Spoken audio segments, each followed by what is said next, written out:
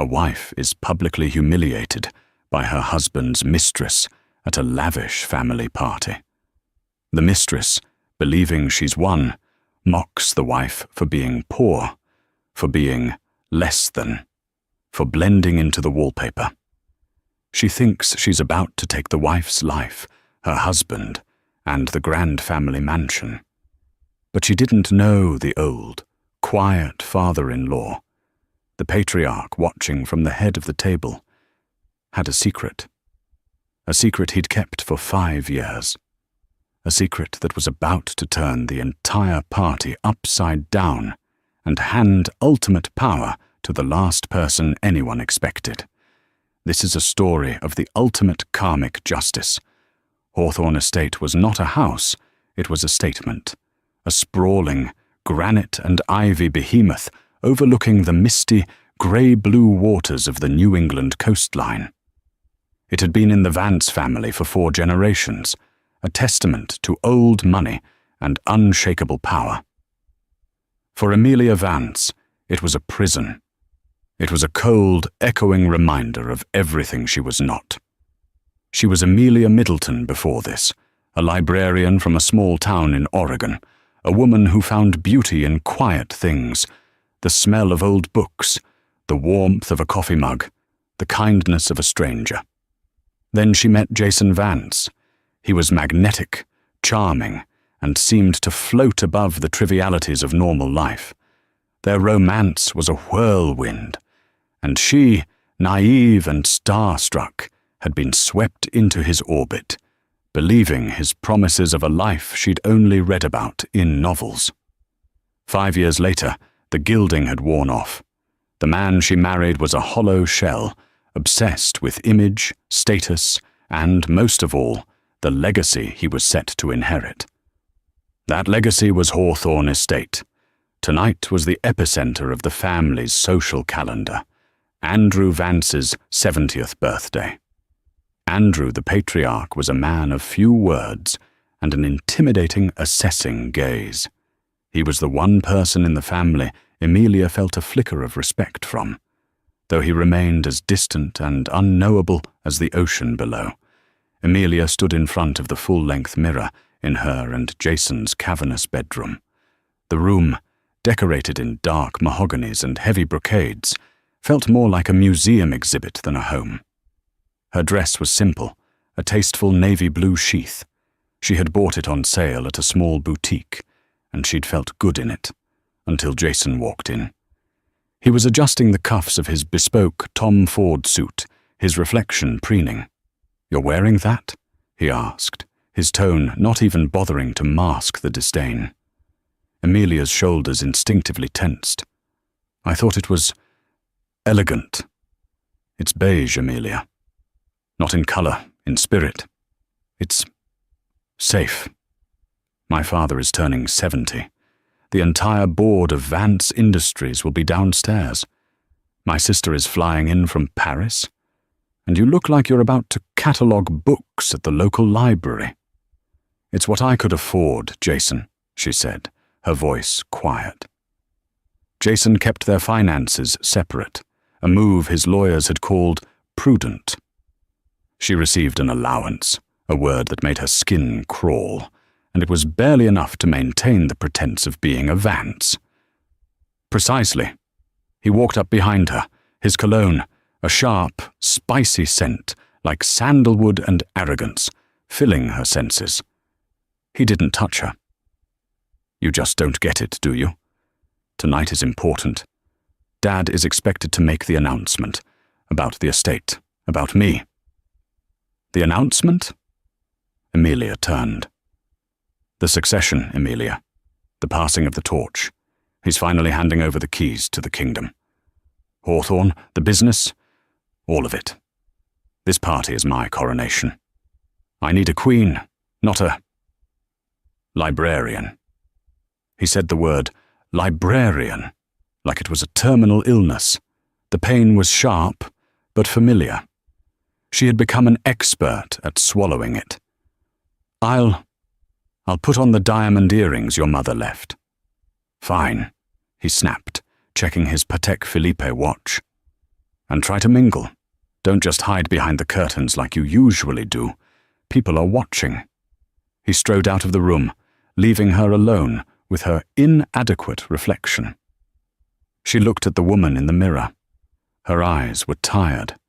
The spark that Jason had supposedly fallen in love with was gone, extinguished by years of being told she was not enough, not rich enough, not sophisticated enough, not ruthless enough. Downstairs, the low hum of the orchestra had already begun. She could hear the clinking of champagne glasses and the artificial, high-pitched laughter of the 1%. She took a deep breath, clutching the cold metal of the doorknob. She was about to step into the arena. She had no idea that tonight, the lions weren't just circling. They were about to be unleashed. And she was the bait. The great hall of Hawthorne Estate was designed to intimidate. 30-foot ceilings, ancestral portraits staring down with judgmental eyes, and a fireplace large enough to roast a bull. It was filled with people who moved with the easy, predatory grace of those who had never known a day of want. Emilia found a spot near a large fern, her curtain for the evening. She nursed a single glass of sparkling water, watching. There was Jason's sister, Victoria, holding court by the piano. Victoria was all sharp angles and sharper words, dressed in something black and architectural that probably cost more than Emilia's car. Victoria had never forgiven her brother for marrying the help. Jason was in his element, gliding through the crowd, his laughter booming, a politician working the room. He was a different man in public, the charming, golden heir. Emilia watched him and felt a profound, aching loneliness. Then, a shift. The valet, a young man named Ben, looked flustered at the door. A car had arrived, bypassing the designated parking. A low-slung, cherry-red Ferrari screamed to a halt on the gravel, its engine a vulgar roar that silenced the string quartet. The driver's door opened, and a long, tanned leg emerged, followed by a woman poured into a red Valentino silk dress. It was a dress designed to be noticed, to be envied, to be the only thing in the room. Emilia's stomach dropped. She knew this woman. Her name was Chloe Donovan. She was the daughter of a new money tech billionaire, a social media influencer whose entire life was a performance of manufactured luxury. And for the past 6 months, Emilia had suspected, no, she had known, that Chloe was having an affair with her husband. She had seen the texts, the client dinners that lasted until 3 a.m., the scent of an unfamiliar, cloyingly sweet perfume on his shirts. Chloe sauntered in, not as a guest, but as a conqueror. She handed her wrap to a staff member without looking at them. Her eyes scanned the room, bypassing everyone until they landed on Jason. She smiled, a slow, possessive smirk. Jason, to his credit, looked momentarily panicked. This was not part of the plan, but Chloe, ever the predator, didn't approach him. She found Victoria, and the two women embraced like long-lost friends, their laughter like shattering glass. Emilia's blood ran cold. Victoria knew. This wasn't just an affair, it was a conspiracy. The party regrouped, the music swelled. But the dynamic had changed. Chloe was the new center of gravity. Emilia felt a hand on her arm. It was Andrew Vance, her father-in-law. His face was, as always, unreadable, his eyes sharp. "Emilia," he said, his voice a low rumble. "You look pale. Are you enjoying the party?" It's a lovely party, Andrew. Happy birthday." He nodded, studying her. "That dress. It's a sensible choice. Practical." Emilia couldn't tell if it was an insult or a compliment. "Thank you." "My son," Andrew said, his gaze drifting to where Jason was now laughing with Victoria and Chloe, "likes loud things. He thinks they signify strength. He's wrong.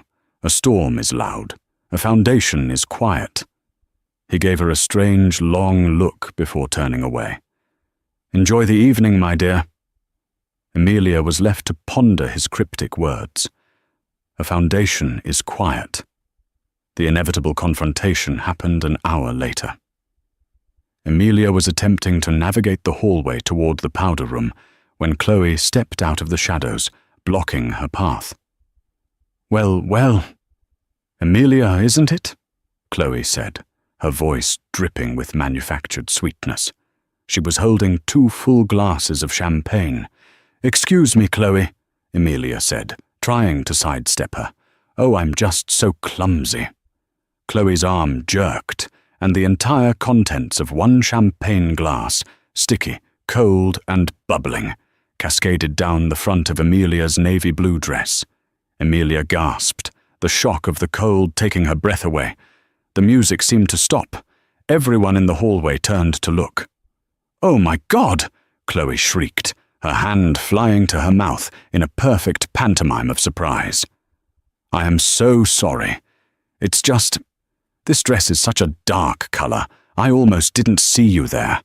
You just blend right into the wallpaper, don't you?" Laughter, thin and cruel, rippled from Victoria, who had been watching from the doorway. Tears of humiliation pricked Emilia's eyes. She was soaked, sticky, and the center of a mocking spectacle. "What's going on here?" Jason's voice boomed. He pushed through the small crowd and saw Emilia, dripping, and Chloe, looking apologetic. "Jason, baby, it was a total accident," Chloe cooed, rushing to his side and placing a proprietary hand on his arm. "I was bringing you a drink and I just bumped right into her." Emilia looked at her husband, her eyes pleading. "Say something. Defend me, please." Jason looked from Emilia's ruined dress to Chloe's perfect pouting face. He sighed, annoyed. "Emilia, really? Don't make a scene. It was an accident. Go upstairs and change. You're drawing attention." The world tilted. He hadn't defended her. He had blamed her. "Yes, Emilia," Chloe purred, her eyes glinting with triumph. "Go. Change. We'll handle things down here." Emilia stood frozen for a moment, the silence of the hallway punctuated by the drip, drip, drip of champagne on the antique Persian rug. She looked at Jason, her husband, the man who was supposed to be her partner. He wouldn't even meet her eyes.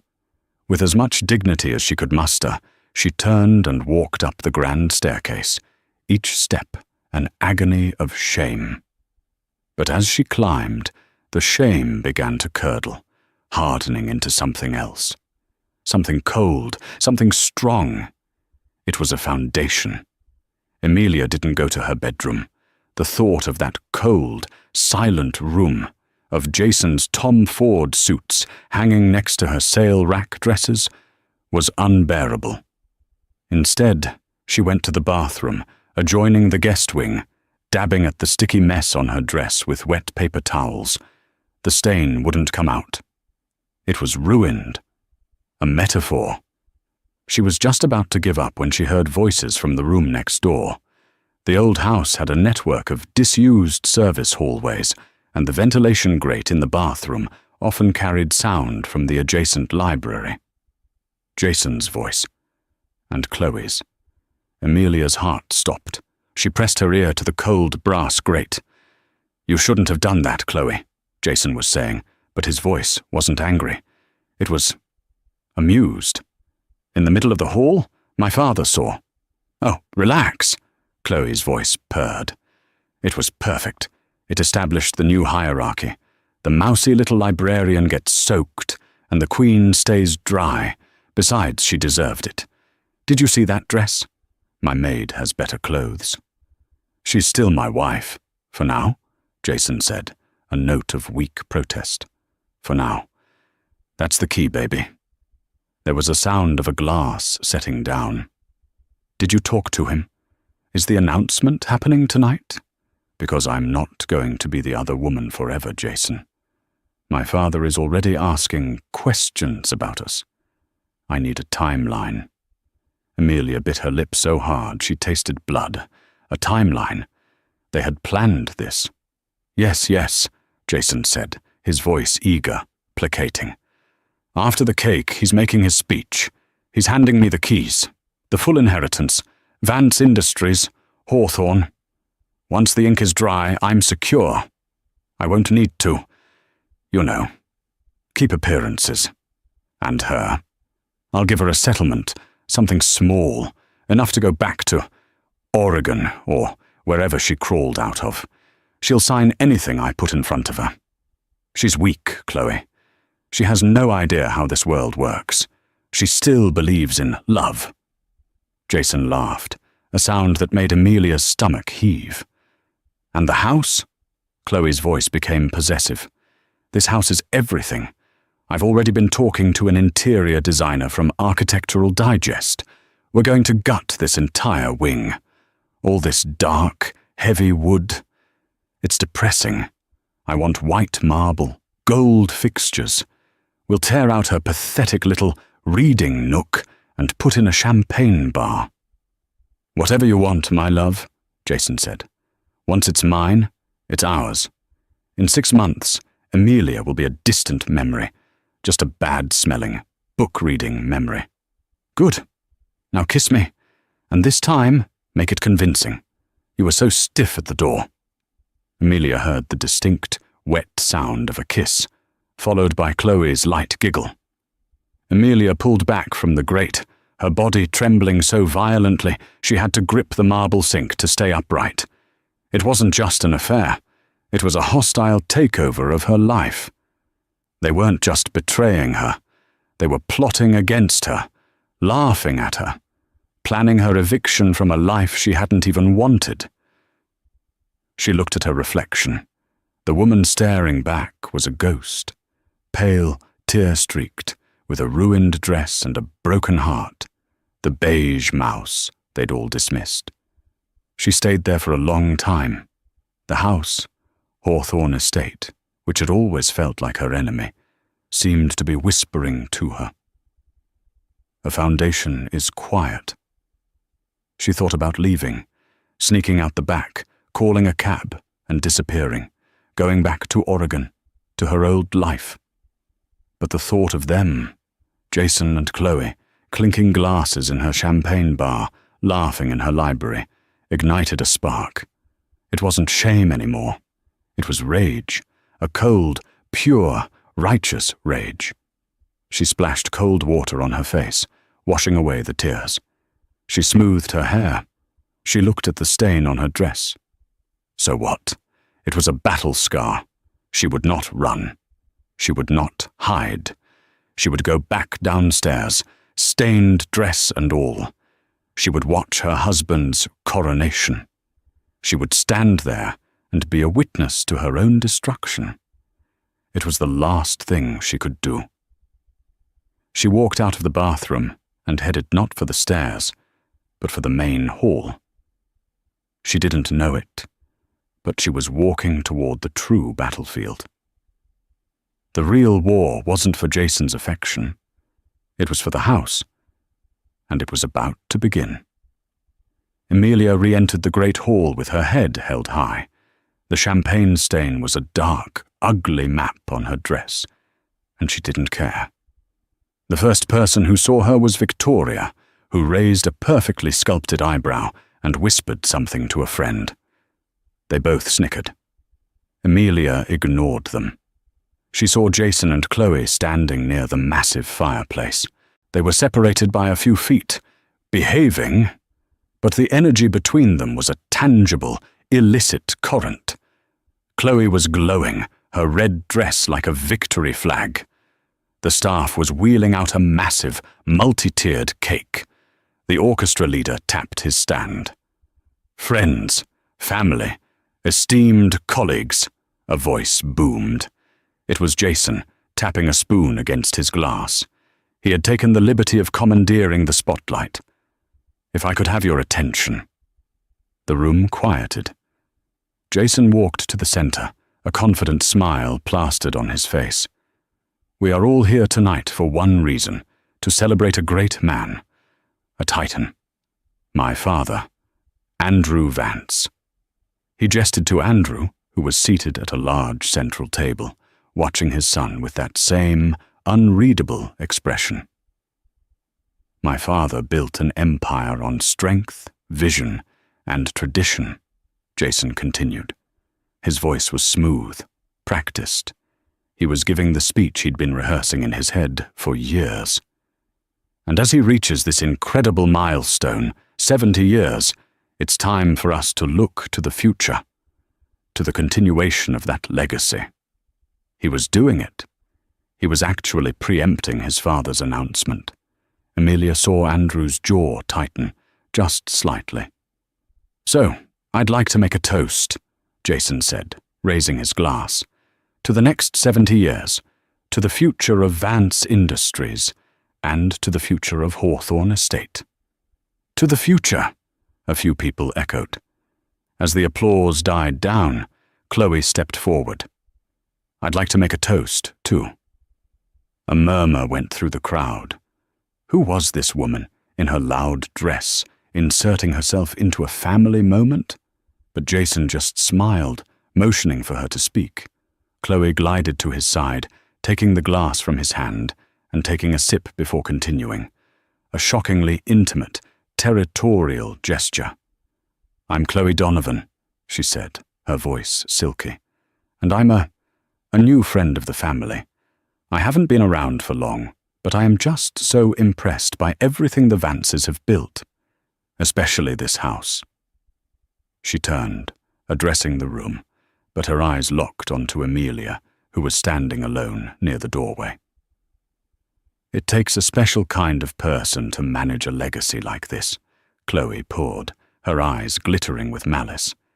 "It's such a shame when a beautiful, powerful house is underappreciated, when its potential is wasted, when it's left in the hands of someone who just doesn't fit." The air grew thick. This was no longer a toast. It was an execution.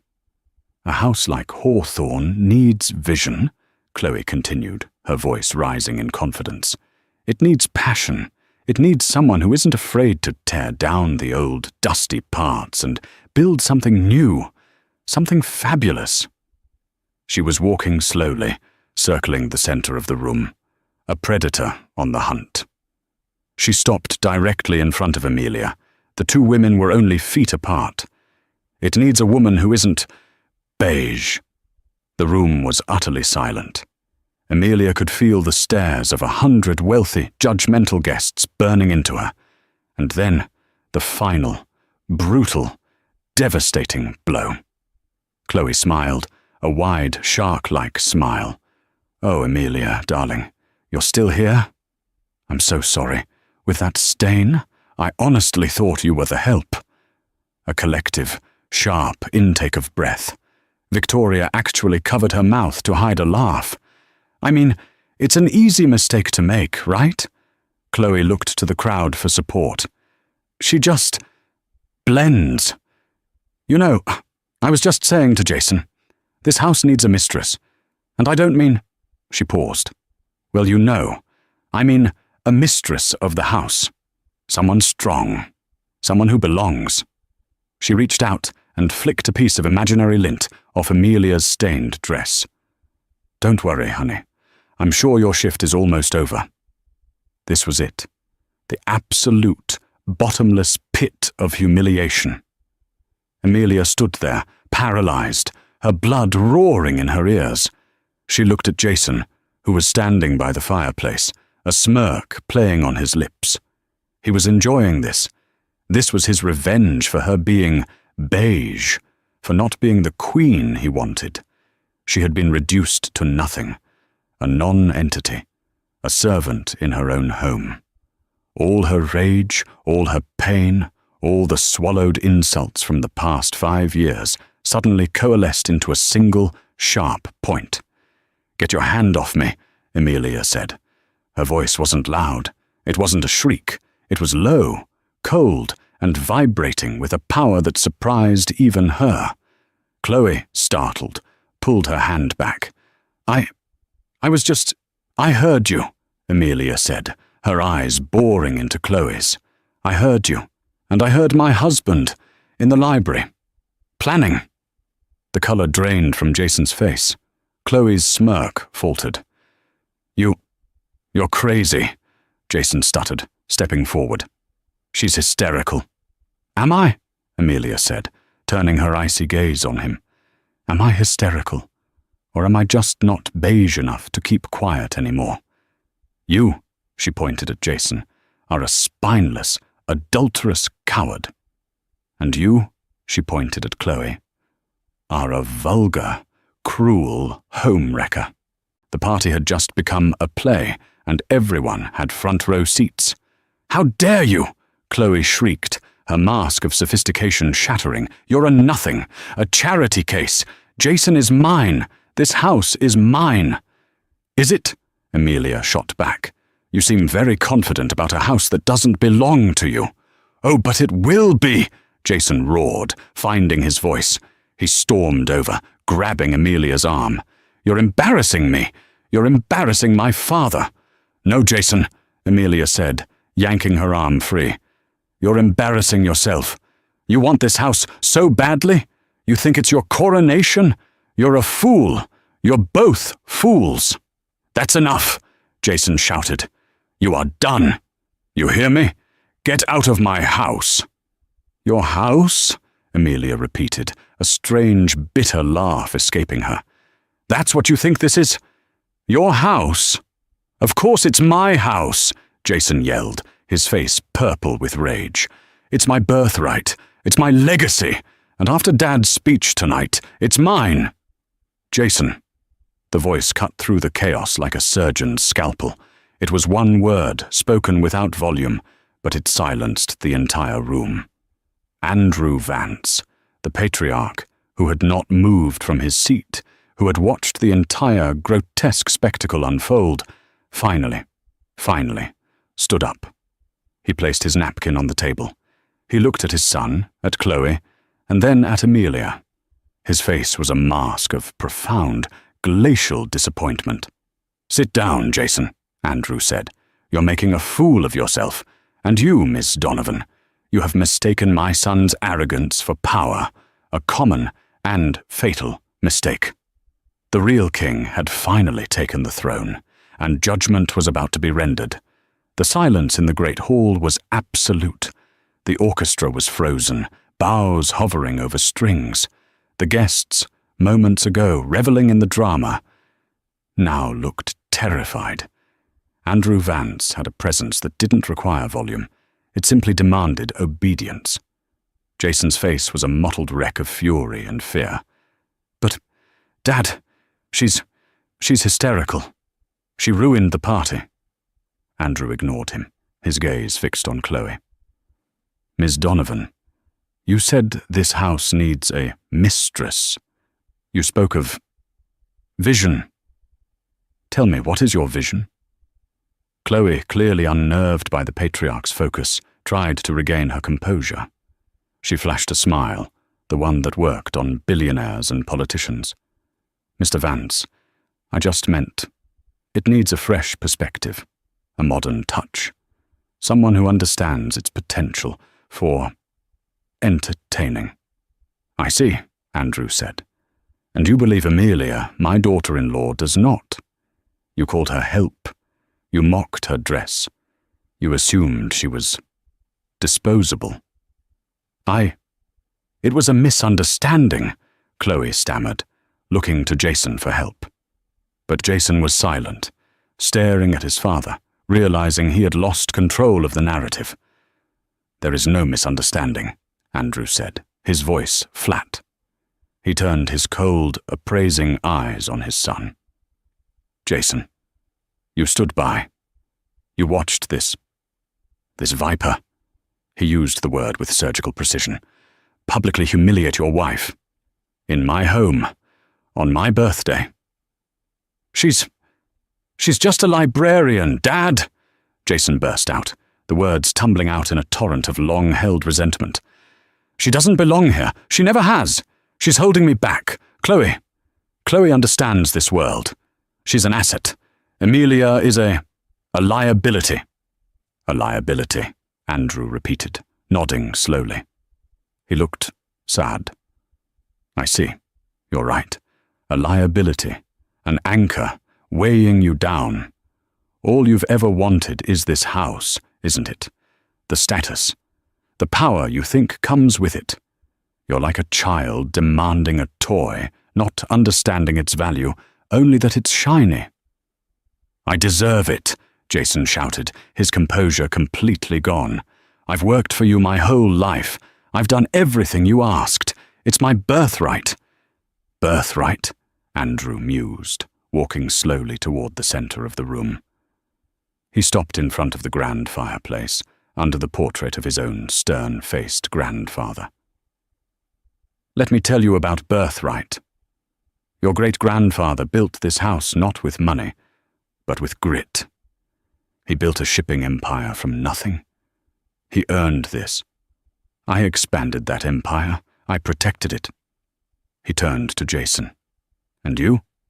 You've done nothing but spend it. You've lived your entire life on a foundation you didn't build, and you have the arrogance to call it your own. He then looked at Amelia. She was standing, tearless, her back straight. The stain on her dress looked like a shield. 5 years ago, Andrew said, his voice softening just a fraction. You brought this woman into our family. I was skeptical. She was not of our world. She was quiet. She was kind. She read books.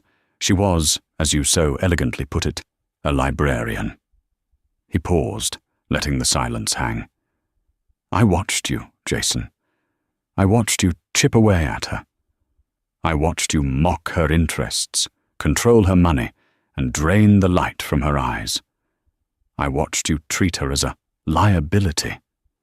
And all the while, I watched her. I watched her endure. I watched her be the only person in this family who ever asked me about my day, not about my stock portfolio. I watched her treat the staff, the help, with a dignity you've never shown anyone. Andrew looked back at his son.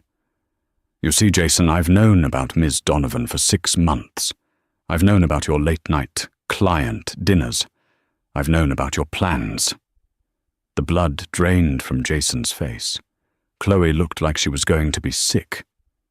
I, Jason stammered. You thought this party was your coronation, Andrew continued, his voice hardening into steel. You thought I was an old fool, ready to hand over his kingdom. You were wrong. This party was a test, a final test. He looked at Jason.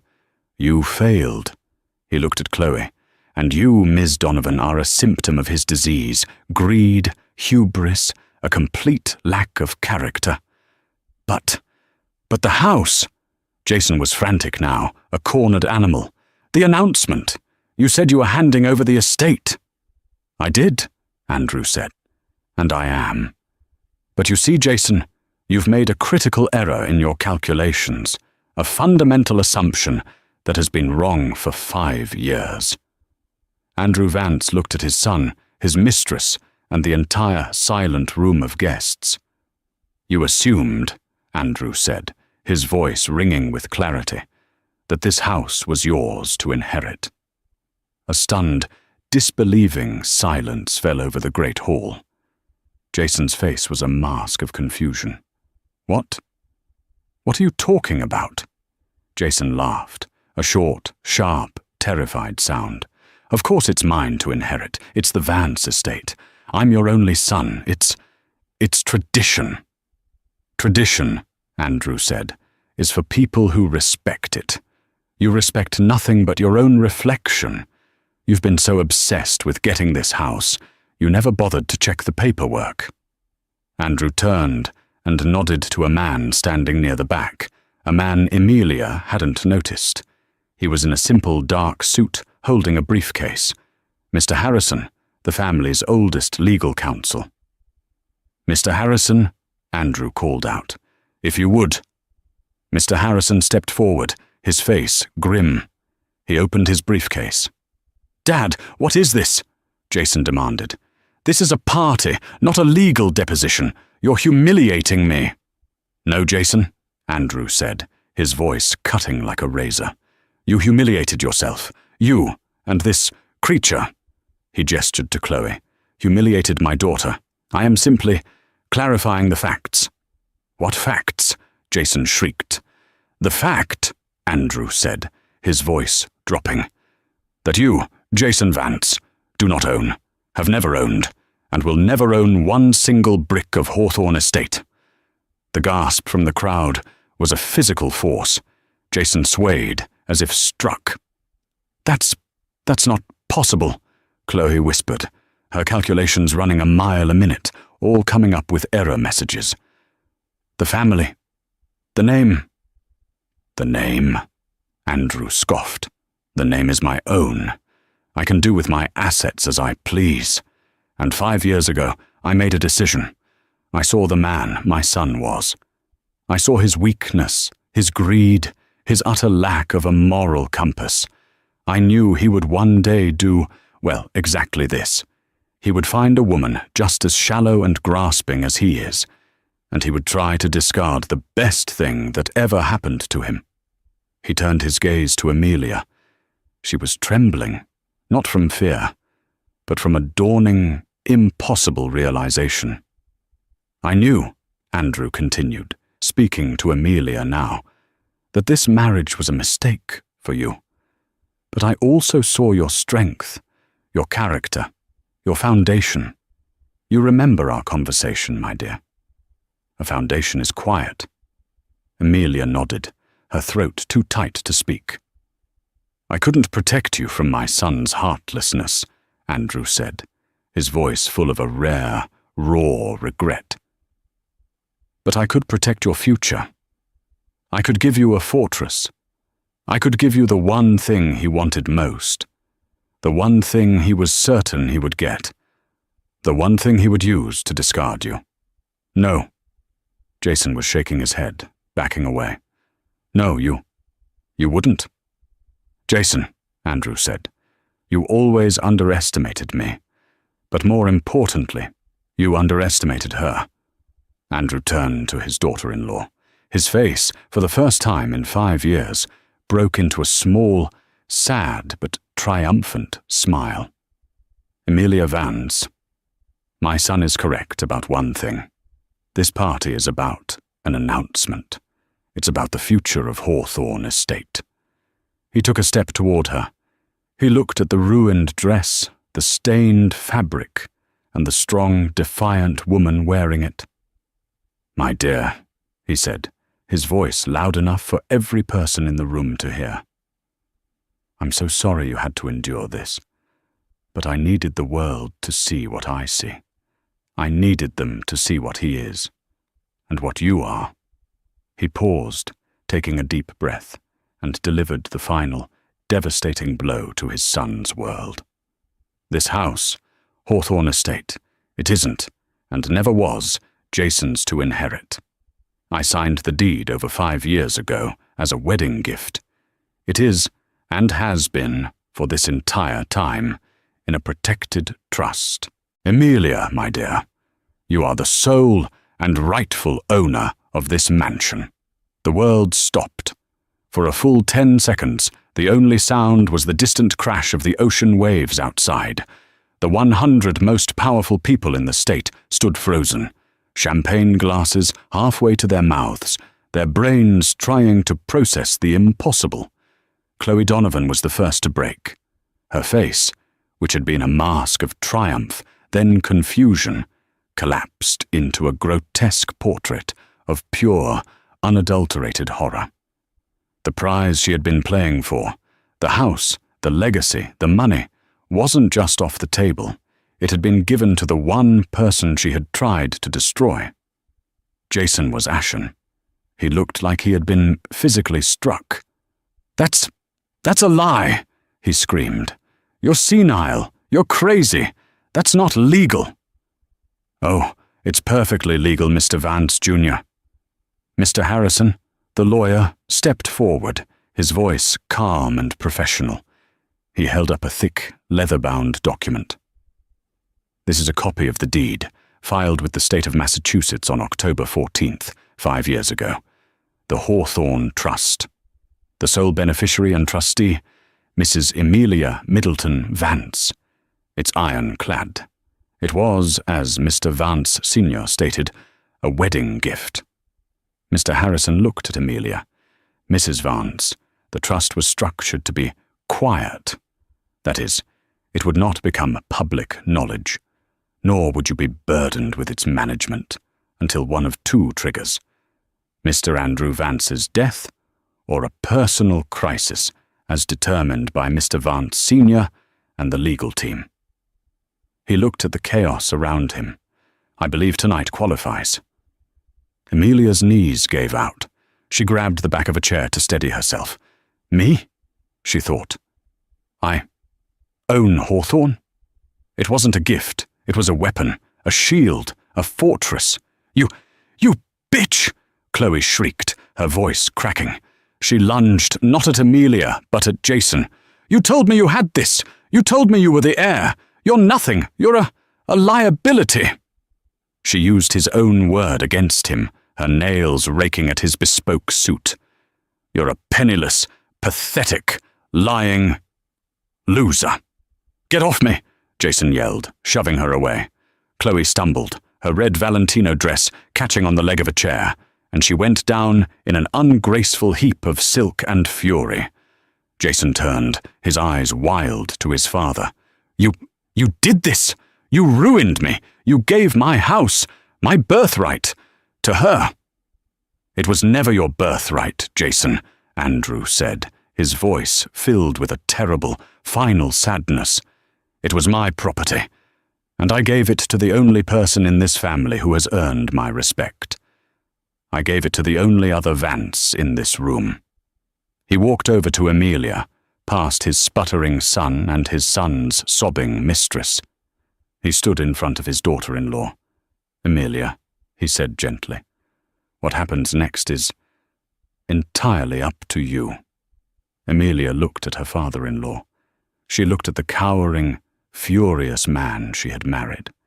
She looked at the woman who had tried to annihilate her. And she looked at the room full of vultures, as she now thought of them, who were watching her, waiting. They had all seen her as the beige mouse, the help, the liability. Now she was the most powerful person in the room. She was the mistress of Hawthorne Estate. She stood up straight. The cold, quiet rage from the library had been forged into something new. It was steel. She took a deep breath. Her voice, when it came out, was not the voice of the mousy librarian. It was the voice of the woman who owned the ground they were standing on. Mr. Harrison, she said, her voice clear and carrying across the hall. Yes, Mrs. Vance. As the owner of this property, I believe I have the right to remove trespassers. Is that correct? A small, grim smile touched the lawyer's lips. That is absolutely correct, Mrs. Vance. Amelia nodded. She turned her head, her gaze sweeping past the cowering Jason, past the crying Chloe. She looked directly at her husband. Jason, she said. He flinched. Amelia, baby, listen. We can talk about this. This is crazy. You don't even like this house. You're right, Amelia said. I never have. It was always your house. Cold, empty, full of shadows. She took a step toward him. But you know, Chloe gave me an idea. It does need a new vision. It needs to be gutted. All the dark, heavy, depressing things need to be removed. She stopped, right in front of him. You and Miss Donovan, Amelia said, her voice dropping to an icy whisper, have 1 hour to pack your personal effects. Anything left behind will be considered a donation. You can't, Jason sputtered. I'm your husband. Mr. Harrison, Amelia said, turning back to the lawyer. Please begin divorce proceedings first thing in the morning, on the grounds of adultery and I'm sure you can think of a few other things." "With pleasure, Mrs. Vance." Amelia then looked at the two security guards who had been discreetly standing by the main door. "Security?" The large men stepped forward. "Yes, ma'am?" Amelia pointed. "Miss Donovan is a trespasser. Please escort her from my property. Immediately." "You can't do this!" Chloe screamed, scrambling to her feet, her dress torn. I'll sue you." "On what grounds?" Amelia asked, bored. "Spoiled champagne. Get her out." The guards grabbed Chloe by the arms. She began to wail, a truly pathetic sound. "Jason, don't let her do this. Jason!" But Jason was staring at his father, his world completely shattered. "And security," Amelia added as they were dragging the fighting, screaming Chloe to the door. "Please, do assist Mr. Vance in packing his things. I want him and all of his belongings off my property within the hour. After that, he will be trespassing as well." Jason finally looked at her. The hatred in his eyes was pure, but it was mixed with a new, delicious emotion. Fear. He had been checkmated by the librarian, by the beige mouse. "And as for the rest of you," Amelia said, turning to the stunned guests, "the party is over. Thank you for celebrating Andrew's birthday. Please, get out." The exodus was a thing of grotesque beauty. It was not a polite departure. It was a rout. The 100 most powerful people in the state, who had arrived with the supreme confidence of their class, now scrambled for the exit like mice fleeing a fire. There was no more polite mingling, no air-kissing goodbyes. Coats were grabbed from the stunned staff without a word of thanks. Husbands grabbed their wives by the elbow, whispering urgently, "We need to leave. Now." Amelia watched them go, a silent, unmoving statue by the fireplace. She saw Victoria, her face a mask of chalky, furious white. Victoria didn't look at Amelia, nor at her father. She simply stared at the space where her brother had been, as if she was seeing the ghost of her own social and financial future. She turned and walked out, her high heels clicking a furious, staccato rhythm on the marble floor, the only sound in the room. Within 10 minutes, the great hall, which had been brimming with noise, champagne, and artificial laughter, was a cavern of silence. It was over. The debris of the battle lay scattered, a half-eaten, 7-tiered birthday cake, dozens of abandoned, half-full glasses, crushed napkins, and the lingering, cloying scent of Chloe's perfume. Then, from the driveway, came the sound of a high-performance engine screaming to life, followed by the angry squeal of tires on gravel as Chloe Donovan's red Ferrari fishtailed out of the estate, disappearing into the night. A few moments later, a more humiliating sound, the heavy, thudding thump, thump, thump from the grand staircase. "Jason." Amelia let out a breath she felt she had been holding for 5 years. She was still trembling, a fine, high-frequency vibration of adrenaline and shock. She felt hollowed out, yet more solid than she had ever been. "Well," Andrew said, breaking the profound silence. He walked, with the unhurried pace of a man who has just won a decades-long chess match, over to the bar. He ignored the champagne. He pulled out a dark, heavy, crystal decanter and 2 glasses. "Scotch, 30-year-old. It's a celebratory drink, though I suppose it's also a medicinal one." He poured 2 generous measures. The amber liquid was dark, almost red. "You look like you've earned this, Amelia." He handed the heavy glass to her. Her hand was shaking so much the liquid shivered, threatening to spill. She had to use her other hand to steady it. She had never been a Scotch drinker. She took a sip.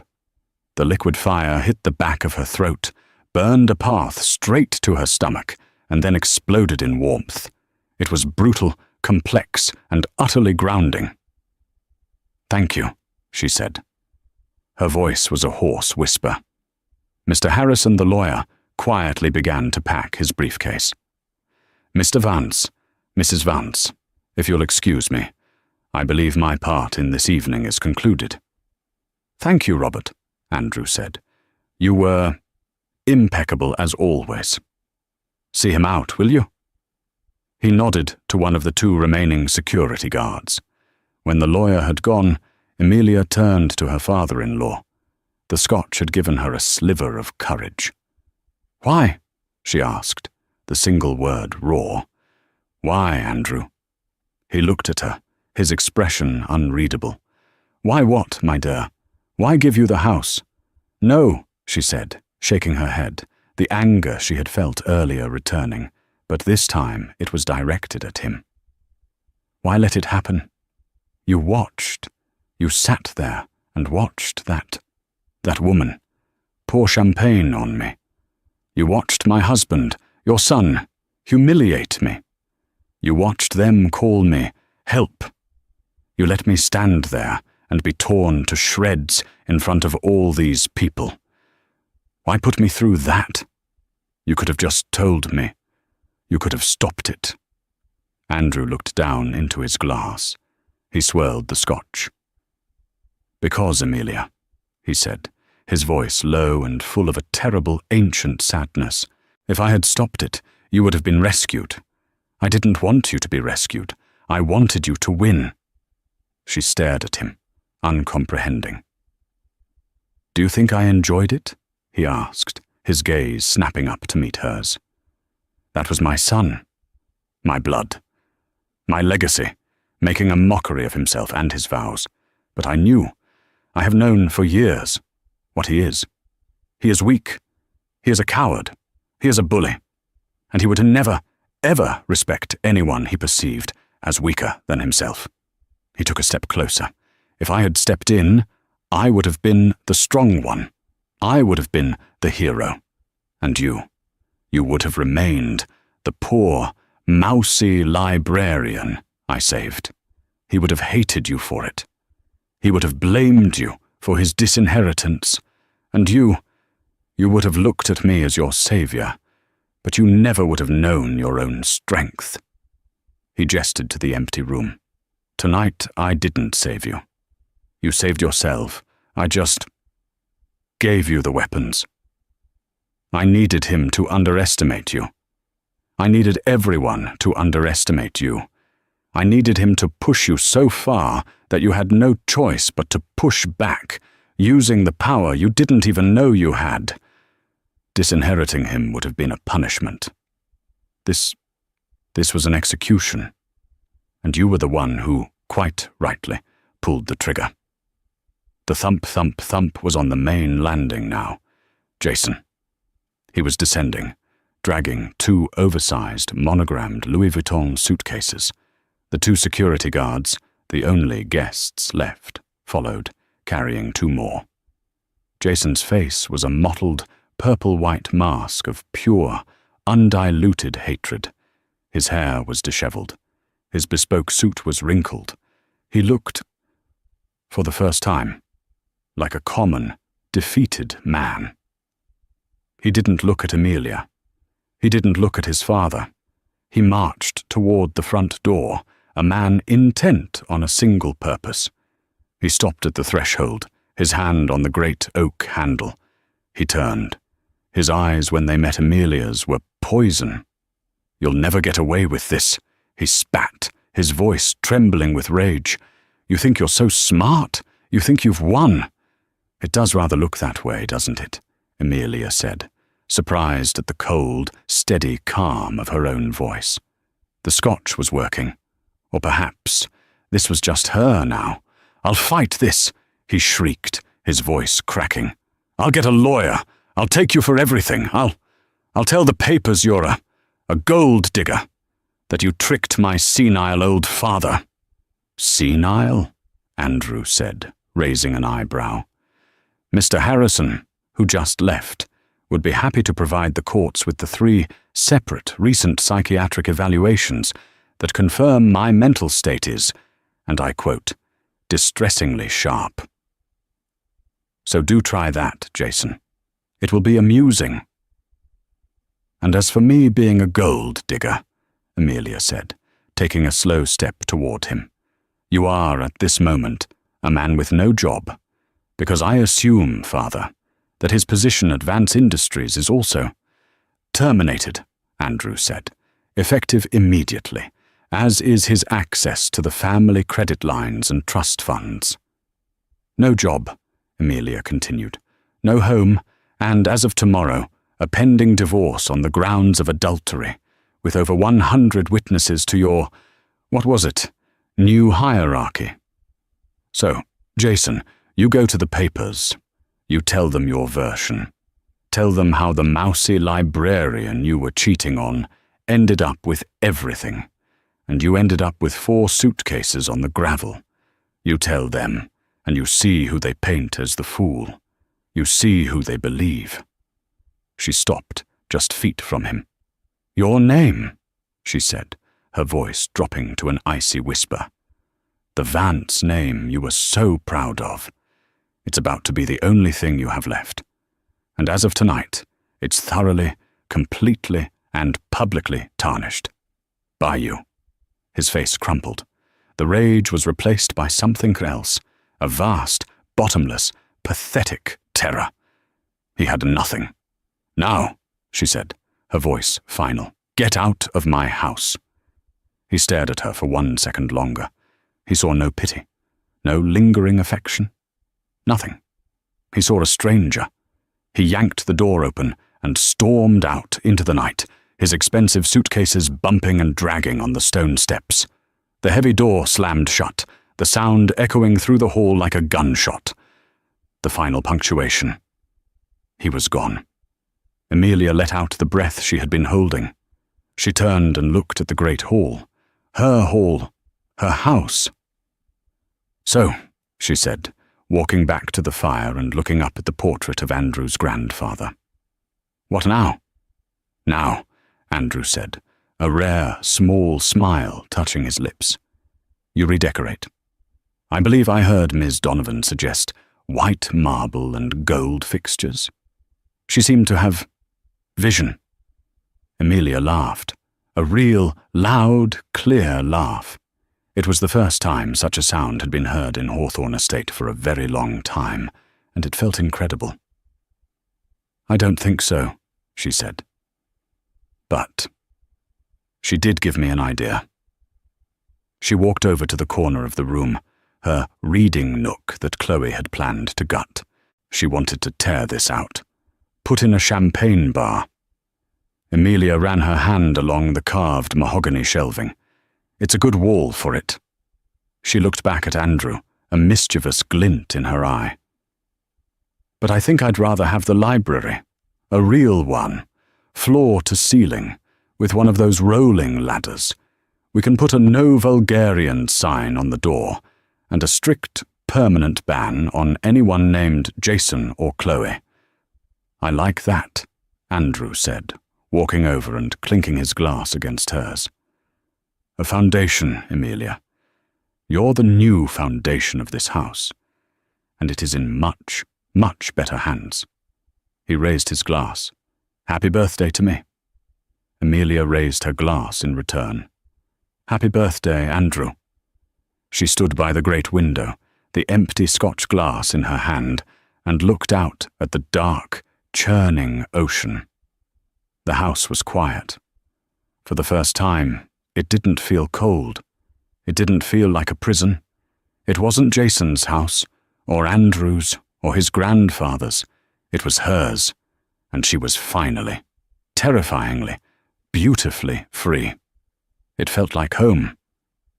And just like that, Amelia went from the beige mouse, the help, the liability, to the rightful owner of Hawthorne Estate. She didn't just get the house, she got her freedom, her power, and her dignity back. The Vances learned a hard lesson. Never underestimate the quiet ones. The foundation is always stronger than the storm. What do you think Amelia should do next? Should she sell the mansion and travel the world, finally free? Or should she stay and build a new life, a new legacy, right there in those hallowed halls? Let me know your thoughts in the comments below. What was your favorite moment of karmic justice? Was it Jason's face when the deed was revealed, or Chloe's humiliating exit? If you loved this story, and I know you did, please don't forget to show your support by hitting that like button. It really helps the channel. Share this video with someone who needs to hear a story of a powerful comeback, and most importantly, subscribe for more real-life drama and incredible stories every single week. Click that notification bell so you never miss an update. Thank you for listening, and we'll see you in the next story. They say the moment your heart breaks, it makes no sound. But on a rainy Tuesday in Chicago, Elena Vance heard it shatter like glass. She watched her husband of 5 years, Carter, walk away without a single backward glance. He thought she was finished. He thought she was just a discarded stepping stone on his way to the top. He was wrong. Because while Carter was staring at his own reflection, he missed the moment the world shifted. He missed the midnight blue Bentley pulling up to the curb. He missed the billionaire waiting inside. This isn't a fairy tale. This is the story of how the woman who was left behind became the woman everyone, including her ex, would kill to possess. The silence in the penthouse was more violent than any scream. It was a curated silence bouncing off the Italian marble countertops and being absorbed by the plush oatmeal-colored rugs that Elena had spent 3 weeks selecting just last year. Elena Vance stood by the floor-to-ceiling window, watching the gray slurry of Chicago rain beat against the glass. Behind her, the sound of a zipper closing echoed like a gunshot. "That's the last of it," Carter Brooks said. His voice was devoid of emotion, professional, as if he were concluding a merger meeting at Sterling & O'Connell, the law firm where he had just made junior partner. Elena turned. Carter looked immaculate. He was wearing the charcoal cashmere sweater she had bought him for his 32nd birthday. He looked handsome, successful, and entirely like a stranger. "You're really doing this on our anniversary, Carter?" Elena asked. Her voice didn't shake. She had promised herself she wouldn't give him the satisfaction of a tremor. 5 years. And you're packing a Toomey suitcase and walking out because our paths have diverged, Elena. We've been over this with the mediator. Carter sighed, checking his Rolex, a Submariner, a gift from her parents when he passed the bar. He didn't offer to give it back. My career requires a certain visibility, a certain type of partner. You're an interior designer, Elena. You want a quiet life. You want to renovate farmhouses in Wisconsin. I need to be in the room where decisions are made. It's Tiffany, isn't it? Elena said the name, tasting like ash. Carter paused, his hand on the handle of his suitcase. Tiffany Ashford understands the pressure I'm under. Her father is the managing partner, Elena. It's not just about attraction. It's about alignment. She's strategic. Strategic. He was leaving his wife for a strategy. I supported you through law school, Elena said, taking a step forward. The memories flooded her, eating instant ramen in a basement apartment on Wicker Park, so he could afford his books, proofreading his briefs at 300 a.m., holding him when he failed the bar the first time. I paid the rent for 3 years, Carter. I built this life for you. And I appreciate that, Carter said, reaching into his pocket and pulling out an envelope. He placed it on the kitchen island. I'm not leaving you destitute.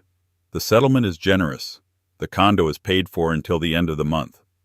After that, well, you're talented. You'll figure it out. He walked to the door. The clicking of his loafers on the hardwood was a countdown. Carter, she called out. He stopped, his hand on the brass knob, but he didn't turn his head.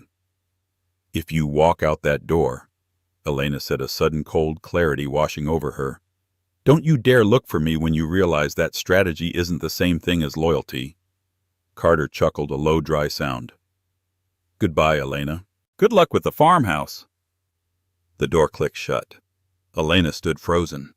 The penthouse was silent again. She walked over to the envelope he had left. Inside was a check for $25,000. A generous settlement. It was insulting. It was a payoff to make her disappear so he could parade Tiffany Ashford, a woman who had never worked a day in her life around the high society gala circuit. She walked to the window. 4 stories down, she saw him emerge from the building. A black sedan was waiting. He threw his bag in the trunk. He didn't look up at their window. He didn't pause. He got in, and the car merged into the relentless traffic of Michigan Avenue. Elena Vance didn't cry. She went to the kitchen, poured the expensive bottle of Cabernet they were supposed to share that night down the sink, and then walked to the bedroom. She pulled her own suitcase from the closet. He wanted her to be gone by the end of the month. She would be gone by midnight. The humidity in the studio apartment was stifling. The air conditioner rattled, coughing out lukewarm air that smelled vaguely of dust and old onions. Elena wiped sweat from her forehead as she bent over the drafting table. Her hands, once manicured and soft, were now rougher, stained with charcoal and marker ink. 6 months. That's how long it had been since Carter erased her. The divorce had been finalized in record time thanks to Carter's connections at Sterling and O'Connell. He had ruthlessly argued that since she was a freelancer, her contributions to the household were negligible compared to his salary. The prenup she had signed blindly at 24, believing in true love, held up. She got the $25,000, her car, a 2015 Honda, and her clothes. He kept the friends. He kept the reputation. He kept the life. Elena was currently working as a freelance junior draftsman for a mid-level architectural firm. It was humiliating work for someone who used to lead design projects, but Carter had poisoned the well. He had subtly spread rumors among their high society clients that Elena was unstable or difficult post-breakup. The phone stopped ringing. Her phone buzzed on the desk. It was Sarah Miller, the only friend who hadn't defected to Team Carter. "Elena, please tell me you're not sitting in that sweatbox working on a Friday night," Sarah's voice chirped. "I have a deadline, Sarah. The Henderson kitchen remodel," Elena muttered, shading a cabinet elevation. "Forget the Hendersons. Listen, I need a favor. A big one. And before you say no, remember I helped you move that sleeper sofa up 3 flights of stairs." Elena sighed, putting down her pen. "What is it?" "I'm catering the Vanderbilt Blackwood Charity Gala tomorrow night at the Drake Hotel. One of my lead coordinators got food poisoning. I need a body. I need someone who knows how to handle high-maintenance rich people, knows which fork is for the salad, and doesn't look like a terrified deer. I need you." Elena's stomach dropped. The Vanderbilt Blackwood Gala. It was the event of the season. The ticket price alone was $5,000. "Sarah, I can't. You know who's going to be there," Elena whispered. "Carter." "Who cares?" Sarah snapped. "Let him see you. Actually, no. He won't even see you. You'll be in the shadows managing the floor. It's $800 for the night, Elena. Cash. $800. That was her rent for the studio. Is she going to be there?" "Tiffany." "Probably. I heard they just got engaged," Sarah said, dropping the bomb casually. "Look, Elena, you can hide in your apartment and let him win, or you can come out, make some money, and realize they are just people, miserable people in expensive clothes." Elena looked around her cramped apartment, the peeling paint, the stack of unpaid bills. Carter was probably sipping scotch in a climatic-controlled wine cellar right now. "Fine," Elena said, her voice hardening. "I'll do it, but I'm wearing a mask if I have to. Uniform is all black, sleek, 6:00 p.m. sharp. Love you, mean it." Elena hung up. She walked to the tiny mirror in her bathroom. She looked tired. There were dark circles under her amber eyes, but beneath the fatigue the bone structure was still there. The fire was still there, buried under the ash. Engaged. He had replaced her in 6 months. The next evening, the Drake Hotel was a fortress of gold light and velvet ropes. The paparazzi were swarming the entrance, flashbulbs popping like lightning storms as Chicago's elite arrived in limousines. Elena entered through the service entrance. The kitchen was a chaotic symphony of clattering pans and shouting chefs. She changed into the black tailored suit Sarah had provided. It was severe, simple, and oddly flattering. She pulled her dark hair back into a tight, severe bun. "Here," Sarah said, shoving a clipboard into her hands. "You're managing the VIP sector, table 1 through 10.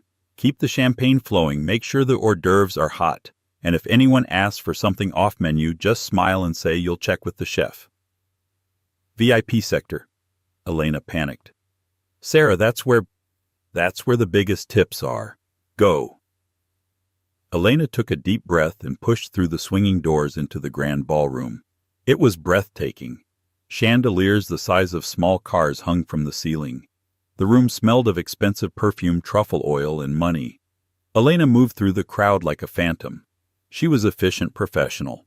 She topped off glasses of Dom Perignon, directed guests to their seats, and signaled the waiters. She was invisible. Service staff always were. And then she saw them. Table 4, right in the center near the stage. Carter Brooks was laughing, his head thrown back. He looked broader, tanned, richer. Beside him sat Tiffany Ashford. She was wearing a silver sequined gown that plunged dangerously low. She was beautiful in a sharp, manufactured way. On her finger sat a diamond the size of a quail egg. Elena felt a physical blow to her chest, but she kept walking. She had a job to do. She had rent to pay. She was refilling a water glass at table 5 when she heard it. "Excuse me, miss." It was Carter's voice. Elena froze. She slowly turned around, clutching the crystal pitcher. Carter was looking at her, but his eyes were glazed with alcohol and arrogance.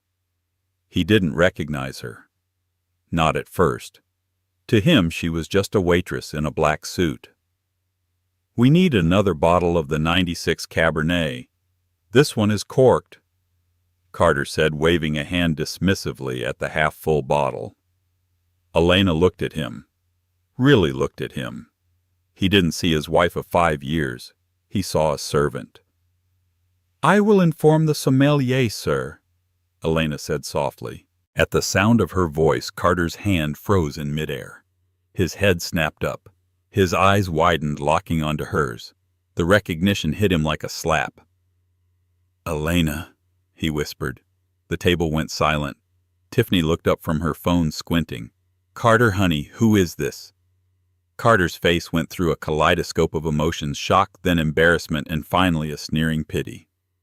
He stood up, smoothing his jacket, trying to regain control of the narrative. "Elena," he said louder this time, ensuring the surrounding tables could hear. "I didn't know you were working here." "I'm assisting the event coordinator," Elena said, her chin lifting. "Is there an issue with the wine, Mr. Brooks?" Tiffany let out a high-pitched, cruel laugh. "Oh my God, Carter, is this the ex-wife you're waiting tables now? That is so quaint." "I'm not waiting tables," Elena said, her voice trembling slightly. "I'm working." "It's fine, Elena," Carter said, reaching into his wallet. He pulled out a $100 bill. "Here, for the trouble. Why don't you go take a break? It's a bit embarrassing for everyone you being here." He tried to press the bill into her hand. The humiliation was a hot liquid pouring down her spine. The people at the nearby tables, people she used to have dinner with, were staring, whispering behind their hands. Poor Elena. Look how far she's fallen. Elena looked at the money, then at Carter's smug face. "I don't want your money, Carter," she said clearly. "Don't be difficult," he hissed, leaning in. "You look pathetic. Just take it and leave." Elena's grip on the water pitcher tightened. For a second she considered pouring the ice water over his tuxedo. But that would make her the crazy ex-wife. That would give him the story he wanted. She set the pitcher down on the table with a sharp clack. "Enjoy your evening, Mr. Brooks," she said. She turned on her heel and walked away. She didn't run. She walked with a straight back, even as her vision blurred with angry tears. She pushed through the ballroom doors, past the kitchen, and out the side exit into the alleyway. It was raining again. Of course it was raining. Elena leaned against the brick wall of the hotel, gasping for air. She had stood up to him, but she felt hollowed out. She was standing in an alley in a borrowed suit while he was inside celebrating his engagement. She checked her phone to call an Uber. 15 minutes away. $45 surge pricing. She didn't have it. She began to walk toward the main street intending to catch a bus. The rain soaked through the thin black suit instantly. Her hair plastered to her face. She looked like a drowned rat. She reached the corner of Michigan Avenue waiting for the light to change. Behind her, the heavy doors of the Drake Hotel opened. Music spilled out. Carter and Tiffany were leaving early, probably to go to a private after-party. Carter saw her standing on the corner, soaked and shivering. He paused under the hotel awning, dry and warm. He looked at her, then looked at his valet bringing around his Porsche. He didn't call out. He didn't offer her a ride. He opened the door for Tiffany, got in, and drove away. He didn't look back. Elena closed her eyes, letting the rain wash away the tears. "I hate you," she whispered to the taillights. Suddenly the sound of rain was replaced by the low hum of an engine. A car had pulled up right beside her. It wasn't a taxi. It was a Rolls-Royce Phantom midnight blue, sleek as a panther. The back window rolled down silently. Elena stepped back, wary. A deep accented voice came from the darkness of the car. "It seems, Ms. Vance, that you are in need of a rescue, and I happen to be in need of an architect." Elena squinted into the car. The interior light flickered on. Sitting there was a man she recognized from the covers of Forbes and Fortune, Silas Thorne, the tech mogul, the recluse, the billionaire who had just bought the old Gothic bank building downtown that everyone said was haunted. He was arguably the most powerful man in Chicago, perhaps the country. He was looking at her with eyes that were terrifyingly intelligent. "Get in, Elena," Silas said. "The bus isn't coming, and frankly, you're ruining that suit." Elena looked at the empty street where Carter had vanished. Then she looked at the open door of the Rolls-Royce. She didn't ask how he knew her name. She didn't ask why he was there. She got in. The interior of the Rolls-Royce was an oasis of hushed opulence, a stark contrast to the angry, rain-swept street Elena had just fled. The air smelled faintly of leather and something citrusy and expensive. The hum of the engine was almost imperceptible. Elena sat on the plush leather seat, feeling the cold rain dripping from her hair onto the pristine carpet. She was acutely aware of her own disheveled state, her borrowed uniform, and the lingering sting of humiliation from the Drake. Silas Thorne watched her with an unnerving stillness. He was older than Carter, perhaps late 40s, but with an intensity that made Carter seem like a child. His silver hair was slicked back, revealing a high, intelligent forehead. His eyes, the color of glacial ice, missed nothing. He was wearing a dark suit that probably cost more than her Honda. "Are you quite comfortable, Ms. Vance?" he asked, his voice smooth like polished stone. He gestured to a small compartment. "There's a towel there if you wish to dry your hair, and perhaps a blanket. The climate control can be adjusted." Elena found the small folded linen towel and gently dabbed at her face and hair. She didn't trust herself to speak yet. Her mind was reeling. "Silas Thorne. Why me?" "You're wondering how I know your name," Silas said, anticipating her question. "And why I was lingering outside the Drake Hotel, seemingly waiting for a damsel in distress." Elena nodded, clutching the towel. "My driver Thomas was waiting for me. I had a brief meeting inside. As for knowing your name, I have a rather extensive network of contacts, Ms. Vance, and a keen interest in certain architectural projects in this city." He paused, letting his words hang in the air. "The former Grand Central Bank building on LaSalle Street. You're familiar with it?" Elena's eyes widened slightly. "The Thorne Tower project," she murmured. Everyone in Chicago knew about it. Silas Thorne had bought the iconic, decaying Gothic landmark 6 months ago, with the stated intention of converting it into his new tech company's headquarters, a project widely expected to redefine the city's skyline and potentially its tech landscape. It was an ambitious, near impossible undertaking. Indeed, the Thorne Tower, Silas confirmed.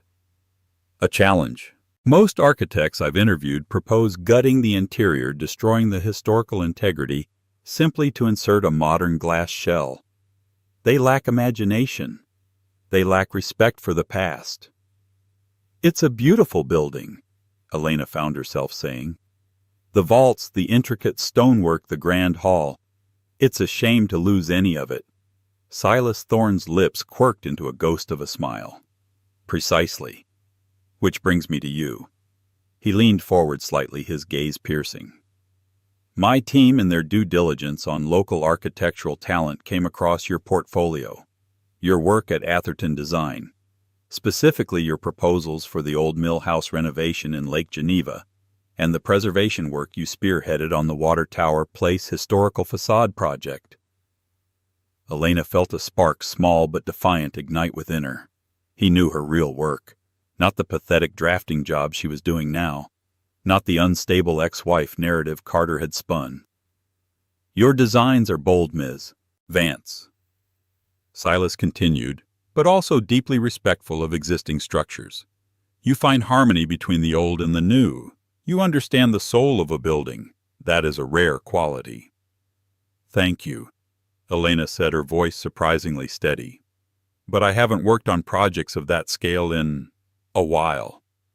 I am aware of your recent professional difficulties, Silas said, his eyes darkening slightly. And your recent personal ones. Mr. Brooks is, shall we say, a rising star in his firm, and his fiancée's father, Mr. Ashford, is a formidable figure. Elena felt a chill that had nothing to do with the rain. He knew everything. He wasn't just observing. He was investigating. So, Elena said, trying to regain some control. You're offering me a job? Silas chuckled, a low rumbling sound. Not quite. I'm offering you a partnership. My current team lacks a visionary. They lack your vision. I want you to be the lead architect on the Thorne Tower project. Full creative control within the parameters of my ultimate approval, of course. A salary commensurate with that responsibility, and a significant share in the project's success. Elena stared at him, speechless. Lead architect on the Thorne Tower. It was a dream project, the kind of career-defining opportunity most architects spent their entire lives chasing. And he was offering it to her, the woman who had been humiliated less than an hour ago, standing in an alleyway contemplating a bus ride home. Why me? She finally managed to ask. There are dozens of more established architects in Chicago. Silas Thorne's expression hardened, his eyes glinting. Because, Ms. Vance, you were just publicly humiliated by a man who discarded you. You have a fire in your belly that those established architects, with their comfortable lives and their endless platitudes, simply do not possess. You understand what it means to be underestimated. You understand what it means to rebuild. He leaned back, gesturing to the gleaming city lights outside the tinted window. I too have been underestimated. I too have been discarded by those who thought they were superior, and I too understand the sweet satisfaction of proving them all wrong. I am offering you the means to do just that. To build something monumental, something that will overshadow everything Mr. Brooks and his fiancée could ever hope to achieve. To reclaim your name, not just your career. Elena swallowed hard. It wasn't just a job offer. It was a proposition, a pact, a chance to not just survive, but to utterly transcend. It was a devil's bargain, perhaps, but the devil offering it held out a golden key. What's the catch? She asked, suspicion warring with a desperate hope. The catch, Silas Thorne said, his smile returning cold and sharp, is that you will work harder than you have ever worked in your life. You will push boundaries. You will innovate. You will bring this project to life. And in doing so, Ms. Vance, you will become indispensable. To me, and to the world. He opened a small compartment, revealing a satellite phone. Consider this a probationary period. For the next 3 months you will live at one of my properties. You will have full access to my resources. A dedicated team. Whatever you need to begin conceptualizing. If after 3 months you prove yourself, the partnership is yours. If not, we part ways, no hard feelings, and you walk away with a substantial severance. Live at one of your properties? Elena repeated, taken aback. It's a design studio apartment above my private office downtown. Fully furnished, discreet. It will allow you to immerse yourself fully in the project without the distractions of your current situation, Silas explained. He pressed a button and a glass partition slid up, separating them from the driver. Think of it as an incubator. Total focus. Elena looked out at the rain-streaked cityscape, then back at Silas Thorne. She thought of Carter's sneer, of Tiffany's cruel laugh, of the $25,000 check, of the crumbling studio apartment. This wasn't just a chance for a career, it was a chance for revenge, a chance for redemption. I accept, Elena said the words firm and clear. Silas Thorne nodded, a glint of satisfaction in his eyes. Excellent. Thomas, take us to the Thorne penthouse, and inform my security detail that Ms. Vance is to be given full access. As the limo pulled away from the main thoroughfare, Elena looked out the back window. The Drake Hotel was a distant sparkle in the rain. She imagined Carter and Tiffany perhaps still reveling in their engagement, oblivious. The car turned down a quiet, tree-lined street. Elena had entered a billionaire's midnight limo, and as the dark vehicle swallowed her, she didn't look back. She didn't have to. The design studio apartment above his private office turned out to be a sprawling 2-story penthouse occupying the top floors of one of Silas Thorne's smaller, more discreet corporate towers. It wasn't just an apartment, it was a sanctuary of minimalist luxury. The Rolls-Royce pulled into a private underground garage guarded by 2 silent, hulking men in dark suits. Elena was whisked through a private elevator directly to the penthouse. As the doors opened, Elena gasped. The space was enormous. Floor-to-ceiling windows offered panoramic views of the glittering Chicago skyline, from the distant glow of Navy Pier to the towering majesty of the Sears Tower. The main living area was sparsely but elegantly furnished with neutral tones, sleek lines, and natural materials, dark wood-polished concrete, soft wool rugs. "Welcome, Ms. Vance," a woman's voice said. A petite, impeccably dressed woman in her early 50s with sharp, intelligent eyes and a no-nonsense demeanor stepped forward. "I am Eliza Thorne, Silas's executive assistant, and for the next 3 months I will be your primary point of contact for all logistical and administrative needs." Eliza gave Elena a polite but thorough once-over, her gaze lingering on Elena's damp, rumpled suit. "First order of business. A hot shower, clean clothes, and something warm to eat. Your suite is through that door. You'll find a walk-in wardrobe stocked with basics and a fresh change of clothes that should fit. Mr. Thorne has rather specific tastes in anticipating needs." Elena was led to a bedroom that was larger than her entire Logan Square apartment. The bed, a king-size, was covered in crisp white linens. The adjoining bathroom was a spa-like haven with a rain shower and a deep soaking tub. As promised, the walk-in wardrobe contained an array of high-quality basics: tailored black trousers, silk blouses, cashmere sweaters, and a few elegant dresses. Silas Thorne had indeed anticipated. Even her shoe size seemed to be accounted for. She shed the damp, humiliating suit and stepped into the shower, letting the hot water wash away not just the rain, but the lingering residue of Carter's disdain. She emerged feeling lighter, cleaner, and strangely invigorated. Dressed in a soft silk robe from the wardrobe, Elena returned to the living area.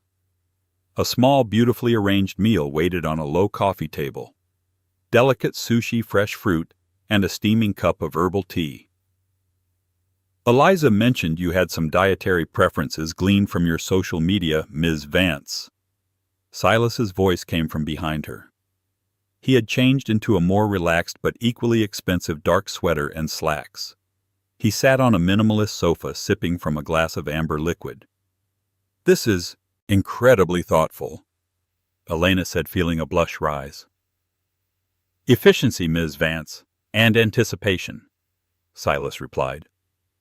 "You will find that those are 2 pillars of my organization," now to business." He gestured to a large interactive holographic display that rose silently from a hidden compartment in the coffee table. The image of the old Grand Central Bank building rendered in stunning detail shimmered in the air above it. "This is our canvas," Silas said, his eyes alight with a fierce ambition. "The Thorn Tower. I want to build a legacy, Elena. Not just a building, a testament to innovation, to sustainability, to the power of the human spirit to transform the forgotten into the magnificent." Elena felt her heart pound. This was what she lived for. This was her passion buried under layers of rejection and compromise. "I've studied every blueprint, every historical document available for this building," Silas continued, gesturing to the holographic projection. "It's a structural marvel, but it's also a labyrinth of challenges. The historical preservation committees will be a nightmare. The sheer scale of the internal redesign. The integration of cutting-edge technology into a Gothic shell." "I understand," Elena said, stepping closer to the hologram, her mind already racing through possibilities. "The key will be respecting the original intent of the architects Holabird and Roach while still creating a modern, functional, and awe-inspiring space." "Precisely," Silas said, a rare, genuine smile gracing his lips. "You truly do understand, Ms. Vance. We will need to create a new narrative for this building, a narrative that sings to the future but whispers of the past." He spent the next 2 hours outlining his vision in meticulous detail, but always deferring to her on the architectural and design possibilities. He spoke of smart glass that could change opacity at will, of vertical gardens, reaching towards the sky, of a data center integrated seamlessly into the old bank vaults, of a public art installation within the Grand Hall that would draw tourists and locals alike. Elena found herself sketching furiously on a tablet. Eliza had provided ideas spilling out faster than she could capture them. She felt a surge of creative energy she hadn't experienced in years. It was intoxicating. As the clock neared 2 a.m., Silas finally leaned back. "I believe that is enough for one night, Ms. Vance. Your schedule will be provided by Eliza in the morning. For now, rest. You have a monumental task ahead of you." "Thank you, Mr. Thorne," Elena said genuinely. "For this opportunity." "Opportunity, yes," Silas said, his eyes narrowing slightly. "But remember, Ms. Vance, it is also a crucible. You will be tested, and when you emerge, you will be forged anew." He stood the perfect gentleman. "Good night, Elena." He left her alone in the vast penthouse. Elena walked to the window, looking out at the city. She could see the faint outline of the building where she used to live with Carter. It was just a tiny speck in the sprawling urban tapestry. Here in this golden cage with Silas Thorne's ambition as her guide, she wasn't just building a skyscraper. She was building herself. She was rebuilding her name. And she knew with a certainty that chilled her to the bone that Carter Brooks would soon realize exactly what he had lost. The game had just begun. Chicago was sweltering under an August heat wave, but inside the temporary command center at the Thorn Tower site, the air was crisp and electric with tension. Elena Vance stood before a wall of monitors, her eyes scanning the complex 3D renderings of the Grand Hall. She looked different. The woman who had stood shivering in the rain 3 months ago was gone. In her place was a creature of precision and power. Her hair was now cut into a sharp, asymmetrical bob that framed her face like a helmet of glossy silk. She wore a tailored cream pantsuit from the Row, the kind of understated luxury that screamed authority without whispering a word. The load-bearing calculations for the glass atrium are still off by 0.05%. Elena said, her voice cutting through the murmur of the engineering team. "If we don't adjust the truss tension, the winter winds off Lake Michigan will shatter those panels within 3 seasons. Fix it. I want the new specs by 4 summer p.m. "Yes, Ms. Vance," the lead engineer. A man 20 years her senior nodded respectfully and scrambled to his workstation. Elena turned to see Silas Thorne watching her from the doorway of the glass-walled office. He was leaning against the frame arms, crossed, a look of unreadable calculation on his face. Over the last 90 days, Elena had ceased to be a guest and had become a force of nature. She worked 18-hour days. She ate while reviewing blueprints. She slept in 4-hour bursts. She had taken Silas's challenge to innovate or leave and turned it into a crusade.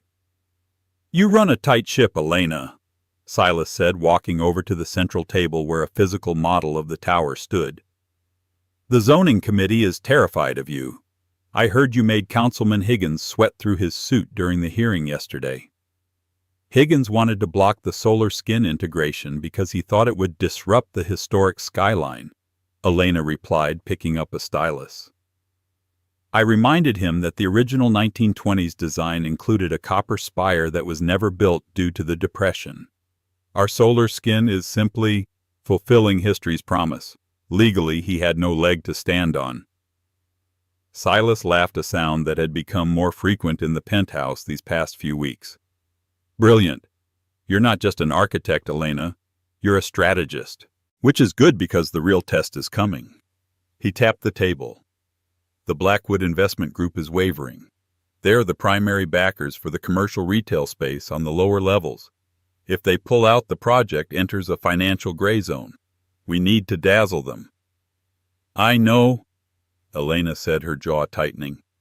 "That's why the unveiling gala next Saturday is crucial." The gala. It was being billed as the social event of the decade. "The rebirth of Chicago," the invitations read. Silas had invited the city's top 300 power players, politicians, investors, celebrities, and the legal elite, including the partners at Sterling and O'Connell. Elena felt a cold knot in her stomach. She knew Carter would be there. She had checked the RSVP list herself. Carter Brooks plus guest. The guest undoubtedly was Tiffany Ashford. "Are you ready for them?" Silas asked, his voice dropping an octave. He wasn't talking about the investors. Elena looked up from the model. Her amber eyes were hard. "I'm not the same woman who left the Drake in a soaking wet uniform, Silas. Carter Brooks is just a name on a guest list. A guest who is going to watch me succeed." "Good," Silas said, "because I have a surprise for you, for the gala." He snapped his fingers and Eliza, his assistant, entered carrying a large flat box wrapped in black velvet. "You are the lead architect of the Thorn Tower," Silas said. "You are the face of this project. You cannot just attend, you must ascend." Elena opened the box. Inside lay a dress that stole the breath from her lungs. It was custom Versace, a structural masterpiece of midnight blue silk and architectural pleating that looked like it was made of liquid sapphire. It was bold, regal, and undeniably sexy. "Silas, this is armor," Silas corrected gently. "Wear it. And when you walk onto that stage to present the design, make sure they don't just see a building. Make sure they see you." Meanwhile, across town, the atmosphere was far less triumphant. In the high-rise condo Carter now shared with Tiffany, the mood was toxic. "I don't understand why we have to go to this stupid Thorn event," Tiffany whined, throwing a $5,000 purse onto the sofa. "It's a construction site, Carter. It's going to be dusty and full of boring tech nerds." Carter Brooks rubbed his temples. He looked tired. The strategy of marrying Tiffany was proving to be exhausting. She was demanding, vacuous, and had a spending habit that even his new partner's salary couldn't quite sustain. "We have to go because Silas Thorne is the biggest client in the Midwest right now, Tiffany," Carter snapped, losing his patience. "And because my firm is trying to land the retainer for his corporate legal work. If I can get FaceTime with Thorne, I can secure my senior partner track." "Oh, fine," Tiffany rolled her eyes. "But I need a new dress. And I heard there's some mystery architect everyone is buzzing about. Probably some pretentious European guy with a turtleneck. I bet the building is ugly." Carter walked to the window looking out at the city. He felt a strange unease. He hadn't heard from Elena in months. He assumed she had moved back to Wisconsin defeated. He tried to push the memory of her eyes at the Drake Hotel out of his mind. "Just be ready by 7:00 p.m. tiff," Carter muttered. "And please, try to be charming. My career depends on this." Your career always depends on something, she scoffed, walking out of the room. Carter sighed. He missed the quiet evenings with Elena. He missed the way she would listen to him vent about his day, offering actual advice instead of complaints. He shook his head. No, I made the right choice. Elena was the past. Tiffany is the future. He didn't realize that the future was waiting for him in a midnight blue dress, and it was holding a sledgehammer. The transformation was miraculous. The construction crew, under Elena's relentless direction, had cleared the main floor of the Grand Central Bank building. The raw steel beams were draped in sheer white fabric lit from below by amber LEDs that gave the cavernous space a warm, ethereal glow. The dust was gone, replaced by the scent of white lilies and expensive champagne. A jazz quartet played softly in the corner as Chicago's elite filed in. Men in tuxedos and women in couture gowns mingled their voices, echoing off the high vaulted ceilings that Elena had fought so hard to preserve. Carter Brooks adjusted his bow tie, scanning the room. He had Tiffany on his arm, dressed in a loud neon pink gown that clashed violently with the elegant atmosphere. She was already complaining about the champagne not being chilled enough. "Keep it down," Carter hissed through a smile, nodding at a judge he recognized. "There's Thorne." Silas Thorne stood near the center stage, surrounded by a phalanx of investors. He looked imperious, a king holding court. Carter maneuvered Tiffany through the crowd, determined to make his move. "Mr. Thorne," he called out, extending a hand as he broke the circle. "Carter, Brooks, Sterling, and O'Connell. Fantastic turnout." Silas turned slowly. His ice-blue eyes landed on Carter with a flicker of recognition that was entirely devoid of warmth. "Mr. Brooks," Silas said, his voice smooth but distant, "I believe my legal team has already declined your firm's proposal." Carter's smile faltered. "Well, yes, formally. But I thought perhaps a face-to-face discussion about the intricacies of zoning law." "I have all the counsel I need, Mr. Brooks." Silas cut him off. "In fact, my lead architect handles most of the zoning battles herself. She has a rather intimate knowledge of how to dismantle weak arguments." Tiffany piped up, looking bored. "So the mystery genius is a woman. Let me guess, she designs cozy spaces." Silas's eyes slid to Tiffany, sharp as razors. "She designs empires, Ms. Ashford. And if you'll excuse me, it's time for the presentation." The lights in the grand hall dimmed suddenly. A hush fell over the crowd. A spotlight hit the center stage. A massive holographic projection appeared in the air, a rotating, shimmering model of the finished Thorne Tower. It was breathtaking. A fusion of the heavy stone Gothic base rising into a crystalline solar-skinned spire that looked like it was piercing the heavens. It was aggressive, beautiful, and undeniably brilliant. "Ladies and gentlemen," Silas's voice boomed over the speakers. "They told me this building was dead. They told me the past could not be reconciled with the future. They were wrong. I present to you the vision, and the visionary." He swept his hand toward the top of the grand staircase. "The lead architect of Thorne Enterprises, Ms. Elena Vance." The spotlight swung to the top of the stairs. There she stood. The silence that followed was absolute. Elena Vance, draped in the midnight blue Versace gown, looked like a goddess of war. Her dark hair gleamed. Her posture was regal. She looked down at the crowd of 300 people with a cool, serene expression. Carter Brooks dropped his champagne flute. It shattered on the marble floor, the sound echoing in the silence. "Elena?" he choked out. Tiffany's jaw dropped. "The waitress!" she screeched too loudly. "That's the waitress!" Elena began to descend the stairs. She didn't look at her feet. She looked straight ahead. Every step was a statement. The crowd parted for her as she reached the stage. She walked up to the podium, gripping the sides with confident hands. "Good evening," she said into the microphone. Her voice was rich, steady, and amplified to fill the hall. 6 months ago, this building was a ruin. It was discarded. People looked at its broken windows and water-damaged floors and saw a teardown. They saw something that had served its purpose and should be replaced by something newer, something easier. Her eyes scanned the front row, locking directly onto Carter's pale face. But true value, Elena continued, isn't about what is new. It's about the foundation. It's about resilience. We didn't tear this building down. We stripped away the rot. We reinforced the steel. And now it stands stronger than it ever was before. She pressed a button and the hologram shifted to show the interior designs, spaces that were innovative, human-centric, and stunningly beautiful. The Thorn Tower will be the heart of Chicago's new tech district, Elena announced. And I am proud to announce that as of this morning we have secured full city approval and the exclusive partnership of the Blackwood Investment Group. Thunderous applause broke out.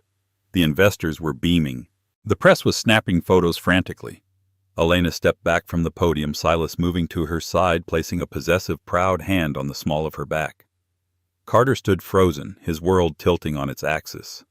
This was his ex-wife, the woman he left crying in a kitchen. She wasn't just successful, she was the most powerful person in the room. She was radiant. "I need to talk to her," Carter muttered, pushing past a confused Tiffany. "Carter, don't you dare!" Tiffany grabbed his arm. "Let go." He shook her off and surged toward the stage as the presentation ended and the music swelled again. Elena was surrounded by admirers, accepting handshakes and compliments with practiced grace. Carter elbowed his way through. "Elena?" he called out, breathless. She turned. The circle of people quieted, sensing the drama. Elena looked at him. Up close, she was even more stunning. And colder. "Hello, Carter," she said. Her tone was polite, indifferent, like she was greeting a distant cousin she didn't particularly like. "Elena, my God," Carter stammered. "You did this, all of this." "I did," she said. "It's amazing what a woman can do when she's not spending all her energy supporting a man who doesn't appreciate her." A few people nearby chuckled. Carter's face flushed red. "Look, we need to talk." He lowered his voice, trying to be intimate. "I made a mistake, Elena. A huge mistake. Tiffany, she's not you. She doesn't get me. Seeing you up there, I realized I walked away from the best thing I ever had. It was the speech she had dreamed of hearing for months. The apology, the regret. But now that it was here, she felt nothing. No triumph, no anger, just a mild pity. "You didn't make a mistake, Carter," Elena said loud enough for Silas and the nearby investors to hear. "You made a choice. You chose a strategy over a partnership. You chose easy over real." She leaned in slightly, her voice dropping to a whisper that only he could hear. "And honestly, I should thank you. If you hadn't broken my heart, I never would have found my ambition. You didn't destroy me, Carter. You liberated me." "Elena, please." He reached for her hand. "I can fix this. We can fix this." Before Elena could pull away, Silas Thorne stepped in. He didn't shove Carter. He didn't have to. He simply occupied the space between them, a wall of tailored wool and immense power. "I believe," Silas said, his voice like grinding gravel, "that Ms. Vance is finished with this conversation, and you, Mr. Brooks, are trespassing." "I'm a guest." Carter bristled, trying to salvage his dignity. "You were a guest," Silas corrected.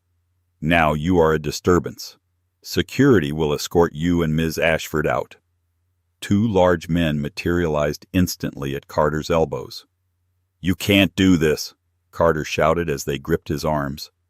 "Elena, tell them." Elena looked at him one last time. She raised her champagne glass in a mock toast. "Goodbye, Carter. Good luck with the merger," she said.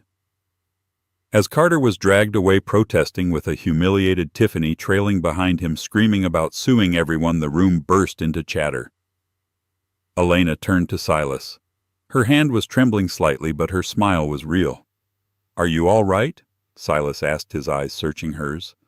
I'm fine, Elena said, taking a deep breath. Actually, I'm better than fine. I'm ready to get back to work. We have a tower to build. Silas smiled, offering her his arm. Then let's build it. But as they turned to leave the stage, a flash of camera lights from the entrance caught their attention. A new figure had entered, a man with gray hair and a face known to every lawyer in the city. It was Marcus Ashford, the managing partner of Sterling and O'Connell, Tiffany's father. And he didn't look happy. But he wasn't looking at Carter. He was looking at Silas Thorne, with a look of recognition that suggested this game was far older and far more dangerous than Elena realized. The romantic revenge was over. The corporate war was just beginning. The euphoria of the gala evaporated the moment the morning papers hit the marble island of the penthouse. The headline wasn't about Elena's triumph. It was about the war. Ashford Legal Files. Injunction to halt Thorne Tower. Silas paced the living room, his face dark. It's Marcus Ashford's signature move, he growled. He's dug up a 1930 Sacred Light ordinance claiming our tower casts an illegal shadow on St. Jude's Cathedral. He doesn't need to win. He just needs to get a stop work order. If construction pauses for litigation, the investors walk. The project dies. Elena scanned the legal brief. Her eyes narrowed. He thinks he's fighting a developer, she said, grabbing her coat. He forgets he's fighting an architect. I know the bones of this city better than he knows the law. Get me a hearing with the zoning board, now. The emergency session at City Hall was suffocating. Marcus Ashford sat at the head of the table, radiating smugness. Beside him sat Carter Brooks, looking pale and hollow, a pawn paraded out to rattle his ex-wife.